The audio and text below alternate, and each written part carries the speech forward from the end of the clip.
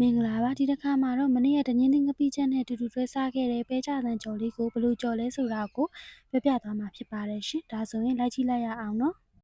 ဒီနေရာမှာကိုကတော့မွေးပဲကြသံတစ်ခုသုံးထားပါတယ်အစားကတော့အသေးလေးတစ်ထုပ်ပဲကြော်မျိုးပေါ့နော်ဒါပေမဲ့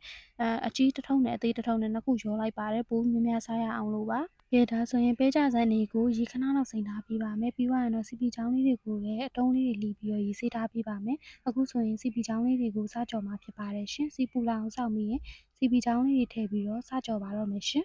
စီပီချောင်းလေးတွေကိုရေဆေးပြီးမှရေတော့နည်းနည်းစစ်ပေးပါရှင်ကိုကတော့ရေသိမ့်မစစ်ထားတဲ့အတွက်ကြောင့်မို့နော်စီတွေအရင်ထားပေါက်ပါတယ်ရှင်အမှန်ဆိုရင်စီပီချောင်းမှမဟုတ်ဘူးအကင်ကြီးကြော်တဲ့ခါကျရင်စီမများလေးထည့်ကြော်ရင်ပိုးစင်ပြီးပါတယ်ကိုကတော့စီနည်းနည်းပဲထည့်ထားတဲ့ခါကျနည်းနည်းတော့ကတ်နေရပေါ့နော်ဒါမဲ့ကိုကစီလျှော့စားခြင်းတဲ့အတွက်ကြောင့်မို့လို့စီကိုနည်းနည်းပဲတုံထားပါတယ်ရှင်အခုဆိုရင်အကင်လေးတွေကပေါ့နော်စီပီချောင်းလေးတွေကနည်းနည်းရွှေဝါရောင်လေးတန်းလာပါပြီရှင်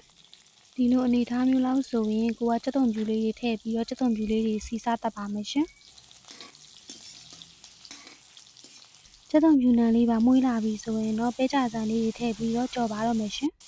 ပြီးတဲ့အခါမှာတော့ပဲကြဆန်ကြော်ရင်ကတ်မသွားအောင်လို့ရေလေးထည့်ပေးပါမယ်ရှင်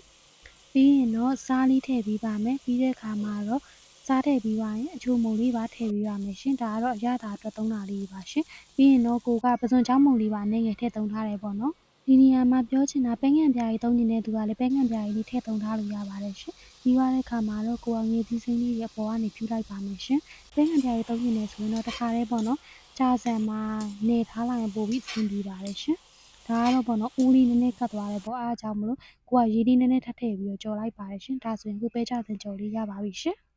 ပဲကြတဲ့ကြော်တဲ့ခါကျရင်လေသူကဦးကတ်တတ်တဲ့ခါကြောင့်မို့လို့ပေါ့နော်ရေကတော့အဲ့လိုမျိုးပေါ့နည်းနည်းချင်းစီထည့်ပေးရပါတယ်ရှင်